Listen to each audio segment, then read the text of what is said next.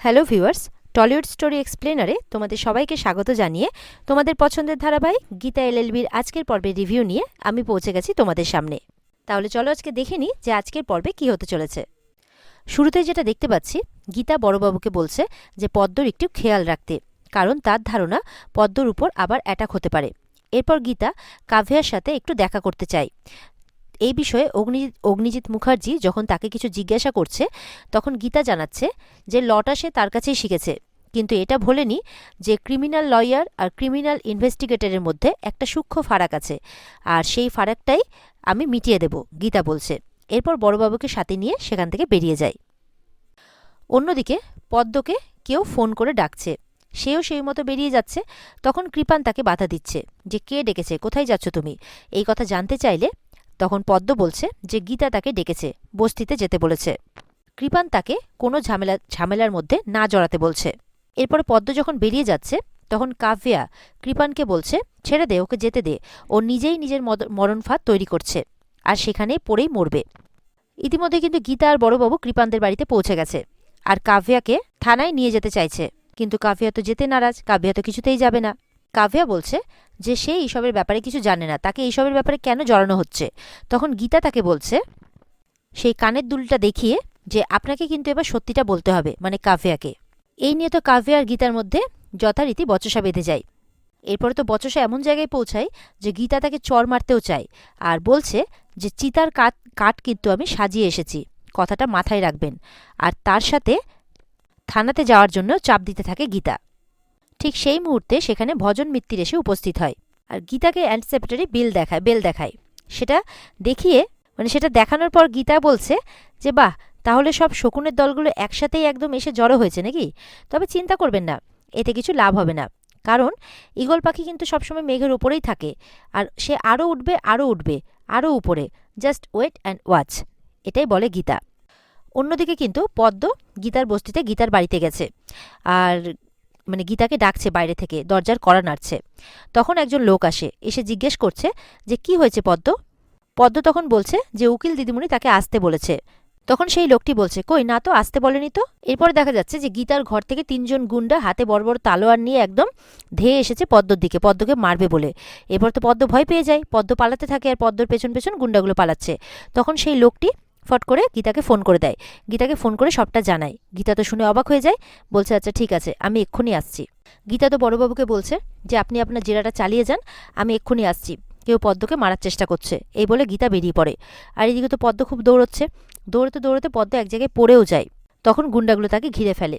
এরপরে একজন গুন্ডা তাকে মারতে যাবে কি, তখন সেখানে গীতা চলে আসে, আর গীতা তার হাতটা ধরে নেয়। তারপরে গীতা গুন্ডাগুলোকে মারতে থাকে। একটা গুন্ডাও কিন্তু গীতার সাথে পারে না, গীতার সাথে লড়েই যাচ্ছে, আর গীতাও প্রত্যেকটাকে মেরে যাচ্ছে, আর আশেপাশের লোক সবাই অবাক হয়ে দেখছে। এরপরে তো ফাইনালি গুন্ডাগুলোর হাত থেকে গীতা পদ্মকে বাঁচিয়ে নেয়। ততক্ষণে বড়বাবু ফোর্স নিয়ে সেখানে উপস্থিত হয়ে যায়। গীতা তখন বলছে পালের গোদাটাকে তুলে নিন, এরপরে কান টানলে মাথা ঠিক বেরিয়ে আসবে। ওরা জানে না যে কোটের ভিতরে আমার মুখ চলে আর কোটের বাইরে আমার হাত চলে। এরপরে গীতা পদ্মকে জিজ্ঞেস করছে যে তুই ঠিক আছিস কিনা। তখন পদ্ম বলছে, মানে পদ্ম বুঝতে পারে যে তাকে ফোন করে যে একটা মেরে ফেলার হুমকি দেওয়া হয়েছিল সেটা তবে ঠিকই ছিল, সেটা কেউ ইচ্ছে করেই তাকে হুমকিটা দিয়েছিল, কারণ তাকে মারার একটা প্ল্যান করা হয়েছিল। এরপরে পদ্ম যখন গীতাকে বলে যে আমি ভাবছিলাম যে তুমি আমাকে ফোন করে ডেকেছো, তখন তো গীতা বুঝতে পারে যে তার ফোন থেকে তো কোনো ফোন যায়নি, তার মানে গীতার ফোনটা হ্যাক করা হয়েছে, আর তার মাধ্যম দিয়েই পদ্মকে ফোন করে এখানে ডাকা হয়েছে। সঙ্গে সঙ্গে গীতা কি করে, তার ফোনটা বড়বাবুকে জমা দিয়ে দেয়, আর বলে যে অনেক বড় গেম খেলা হচ্ছে, আমি এর শেষ দেখেই ছাড়ব। এরপরে স্টেফনিদা এসে গীতাকে জানাচ্ছে যে কাল রাতে নাকি একটা মহিলা এখানে এসেছিল, তাও আবার বেনারসি পরা, যেটা শুনে গীতা অবাক হয়ে যায়। বলছে তারপর আরেকজন এসেছিল। গীতা বলছে কে, বলছে কাব্যা। তো বলছে যে ওকে বেনারসি পড়েছিল। গীতা বলছে বলছে না, বেনারসি পরে একজন ঢুকেছিল, তারপর কাব্যা ঢুকেছিল। গীতা তো আরো জিজ্ঞাসা করছে তারপর কি হয়েছিল। তখন স্টেফনিদা বলছে তারপর লিকার বলল ও আর কিছু জানে না, ও তারপরে ঘুমিয়ে পড়েছিল। তারপর যখন অনেক চিৎকার চেঁচামেচি শুনতে পায়, তখন উঠে দেখে যে কাকার এই অবস্থা। গীতা তখন বলছে তার মানে আরেকটা চরিত্র যোগ হলো। গীতা বলছে তার মানে কাব্যা বেনারসি পরে ঢোকেনি, অন্য কেউ ঢুকেছিল, তাহলে কে মারলো, ঘটনাচক্রে আরো কেউ যুক্ত হলো। গীতা ভেবে যাচ্ছে, বলছে কাব্যা নাকি সেই বেনারসি পরা রহস্যময় নারী। ওদিকে দেখা যাচ্ছে গীতার দিদি যখন বাড়ি ফিরেছে, তখন তার হাজবেন্ড তাকে জিজ্ঞাসা করছে যে তার বাবার শারীরিক অবস্থা এখন কেমন আছে। তখন বাবার অবস্থার কথা যখন জানালো, তার হাজব্যান্ডকে। এই বলে যখন সে বেরিয়ে যাচ্ছে তখন সেখানে তার শ্বশুরমশাই তাকে জিজ্ঞাসা করছে যে কাল রাতে সে কোথায় ছিল। এবার তো গীতা দিদি বলছে, কেন, কোথায় থাকবো, আমি নিজের ঘরেই ছিলাম। তখন বলছে তার হাজব্যান্ডকে জিজ্ঞাসা করছে, সাত্বিক কোথায় ছিল রে, ও কি ওর ঘরে ছিল? তখন বলছে, এই যে মাই ডিয়ার খুদ শ্বশুর মশাই, আপনি কিন্তু আমাকে অপমান করছেন এবার, গীতা দিদি বলছে।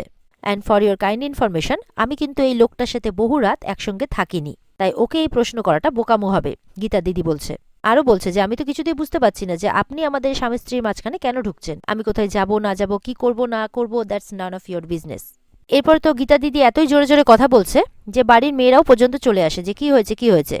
তখন গীতা দিদির খুদ শ্বশুরমশাই বলছে যে এই বাড়ির বউদের গলা আবার উঁচু স্কেলে বাঁধা থাকে। এরপরে তো খুদ শ্বশুরমশাই বারবার করে প্রশ্ন করেই যাচ্ছে। তখন ঈশাইলিন বলছে যে কোথায় আর থাকবে, ঘরেই ছিল, তো ঘুমিয়ে খেয়ে দিয়ে ঘুমিয়ে পড়েছিল বর্দার পাশের ঘরে। তারপর এরকম খবর শুনতেই তো উঠে দেখতে গেল বাবাকে। তারপর জিজ্ঞাসা করছে, তোমার বাবা এখন কেমন আছে? বলছে, হ্যাঁ এখন একটু ভালো আছে। আবারও বলছে খুদ শ্বশুরমশাই যে আমার প্রশ্নের উত্তরটা কিন্তু আমি পেলাম না। গীতা দিদি বলছে, আপনার প্রশ্নের উত্তরটা হচ্ছে মানে প্রশ্নটা অর্থহীন, তাই আমি উত্তর দেওয়াটা প্রয়োজন বোধ করি না। এই বলে কিন্তু সেখান থেকে চলে যায়। এরপরে সেখানে বন্যি আসে, বলছে, কি হয়েছে প্রলয়, তুমি এত অবান্তর প্রশ্ন কেন করছো গিনিকে? এমনি ওর বাবার জন্য ওর মানসিক অবস্থা ভালো নেই, ও ডিপ্রেশনে আছে, তার মধ্যে তুমি এরকম অবান্তর প্রশ্ন করছো? প্রলয় বলছে, মানে ছাড়া আমি কোনো কথা বলি না, সেটা তুমি খুব ভালো করেই জানো। বন্যিও তো বলে যাচ্ছে অবান্তর প্রশ্ন করছে। তখন এদিকে ঈশাইলেনরা বলছে, হ্যাঁ আমরা তো দেখলাম লাস্টে ও বই নিল লাইব্রেরি থেকে, দিয়ে নিজের ঘরে চলে গেল। গিনি বলছে, বই পড়ে ঘুমানো আমার অভ্যেস। তখন প্রলয় বলছে, ও আচ্ছা, তার মানে বই পড়ে তুমি ঘুমিয়ে পড়েছিলে? গিনি বলছে, হ্যাঁ, আমি তো এটাই বুঝতে পারছি না যে আপনি আমাকে এই প্রশ্নগুলো বারবার করে কেন করছেন। সাত্তকী বলছে, ছোটকা তুমি তো আননেসেসারি কথা বলার লোক নও, তাহলে তুমি এরকম কথা কেন বলছো? তখন প্রলয় বলছে, বলছি তার কারণ হচ্ছে কাল রাতে ওর ঘরে ছিল না। এটা শুনে তো সবাই অবাক হয়ে যায়। আর এদিকে দেখা যাচ্ছে যে গীতা গুন্ডাগুলোকে মারতে মারতে একদম থানায় নিয়ে এসছে, একদম বড়বাবুর টেবিলে, আর জিজ্ঞাসা করছে গুন্ডাগুলোকে, বল তোদেরকে কে পাঠিয়েছিল, না হলে কিন্তু পূর্ণিমাতে অমাবস্যার চাঁদ দেখিয়ে দেব। জিজ্ঞাসা করেই যাচ্ছে গীতা, কে মারতে পাঠিয়েছিল তোকে, পদ্মকে বল। একদম মারতে মারতে শেষ পর্যন্ত একদম বড়বাবু লাঠি নিয়ে মারতে শুরু করে। বড়বাবু বলছে, আরে কি করছেন অগ্নিকন্যা, ছেড়ে দিন। বলে, না একদম ছাড়া যাবে না। বলছে, বল কে পাঠিয়েছিল পদ্মকে মারতে, বল। এরপরে এত কিছুর পরেও তো গুন্ডাটা কিছুতেই মুখ খুলছে না। তখন সেখানে কাব্যা আর কৃপান এসে পড়ে। কাভিয়া জিজ্ঞাসা করছে যে আমাদের এখানে এইভাবে তুলে আনার মানেটা কি? জবাবে গীতা বলছে, নাড়ু খাওয়ানোর জন্য সোনামণি। হ্যাঁ, একটু গল্প টল্পও করবো, সেই জন্য এই জায়গাটা দেখে কি মনে হচ্ছে তোমাদের, বলো? এটা কি কোনো কফি শপ না ঠেক? এখানে শুধু ক্রিমিনালরা আসে আর আমার মতো লয়াররা। এটা শুনে তো কৃপানও একদম চিৎকার করে ওঠে যে আমার দিদি কোনো ক্রাইম করেনি। গীতা তখন রেগে এসে কৃপানকে এক চর বসিয়ে দেয়। এরপরে যখন কানের দুলের কথাটা গীতা আবার কাব্যাকে জিজ্ঞাসা করছে, তখন কাব্যা কিন্তু সোজাসুজি ডিনাই করে দেয় ব্যাপারটা। আর এমনও বলে দেয় যে সিসিটিভি ফুটেজটা নাকি তারা এআই জেনারেট করে বানিয়েছে। গীতাকে আরও বলছে কাব্যা যে তার বাবা নাকি একজন পলিটিশিয়ান, একজন নামিদামি লোক, আর তার ইমেজটাকে খারাপ করার জন্য নাকি গীতারা এসব করছে।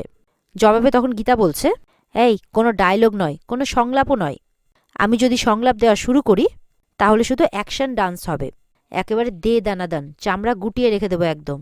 কাভিয়া তখন গীতাকে বলছে যে একদম মুখ সামলে কথা বলবে। এদিকে তো পদ্মকে বলছে, কৃপান তুমি তোমার ননদ তোমার স্বামীকে থানায় নিয়ে এসছো। তখন পদ্ম বলছে, আমি নিয়ে আসিনি, পরিস্থিতি আমাকে এখানে এনে দাঁড় করিয়েছে। কৃপান তো বলছে, কোন পরিস্থিতি? পদ্ম বলছে, একটা উড়ো ফোন করে আমাকে বস্তিতে ডাকা হয় আর সেখানে আমাকে খুন করার চেষ্টা করা হয়েছিল। তখন কৃপান তার দিদির দিকে আর চোখে তাকাচ্ছে। এরপরে তো কৃপান হালকা হালকা কিছু একটা বুঝতে পারে আর চুপ করে যায়। এদিকে গীতার দিদি মানে গিনি প্রলয়কে বলছে যে কি বলতে চাইছেন আপনি বলুন তো। প্রলয় বলছে, কেন, তুমি এখনো বুঝতে পারোনি? আমি বলতে চাইছি যে তুমি কালকে বাড়িতে ছিলে না, কেন? গিনি বলছে, আপনি কি করে জানলেন? প্রলয় বলছে, আমি জানি। গিনি বলছে, ও আচ্ছা, আপনি বাড়ির বউকে অনুসরণ করছেন নাকি? তখন আরেকজন মহিলা এসে বলেন যে ভদ্রভাবে কথা বলো গিনি, তুমি তোমার শালীনতা ছাড়িয়ে যাচ্ছ। তখন গিনি বলছে, তাহলে আমার খুদ শ্বশুরমশাই একদম মাঝরাতে এসে দেখছেন যে বাড়ির বউ নেই, মানে কি করছিলেন উনি, আমার ঘরে উকি মারছিলেন? প্রলয় বলছে, একটাই ইন্টারেস্টের কারণ, সেটা হচ্ছে কাল রাতে একজনকে খুন করার চেষ্টা হয়েছিল। গিনি বলছে, হ্যাঁ উনি আমার বাবা হন। প্রলয় বলছে, সেটাই তো প্রশ্ন। বলছে, তোমার বাবাকে খুন করার চেষ্টা করা হয়েছিল, তুমি বাড়িতে ছিলে না। গিনি চিৎকার করে বলছে, কি প্রমাণ আছে আপনার কাছে? আর আপনি বারবার বারবার একই প্রশ্ন করে যাচ্ছেন। তো প্রলয়কে অন্যান্যরা বলছে, তুমি কিভাবে এত জোর দিয়ে বলছো? প্রলয় বলছে, কারণ বাড়ির গেটে সিকিউরিটি থাকে আর থাকে হচ্ছে ক্যামেরার চোখ। তখন তো গিনি ভয় পেয়ে যায়। আর এখানে আজকের পর্ব শেষ হয়ে যায়। তো বন্ধুরা, এই ছিল আজকের পর্বের রিভিউ। আশা করি তোমাদের খুব ভালো লেগেছে। পর্ব ভালো লেগে থাকলে পর্বকে লাইক, কমেন্ট আর আমাদের চ্যানেলকে কিন্তু সাবস্ক্রাইবটা করতে ভুলবে না, কারণ আরও অনেক পর্বের রিভিউ তোমাদের জন্য আসতে চলেছে, অর্থাৎ আরও অনেক সিরিয়ালের রিভিউ। তাহলে দেখা হচ্ছে তোমাদের সাথে আগামীকালকে নতুন পর্বের রিভিউ নিয়ে। ততক্ষণ সবাই ভালো থাকবে। টাটা।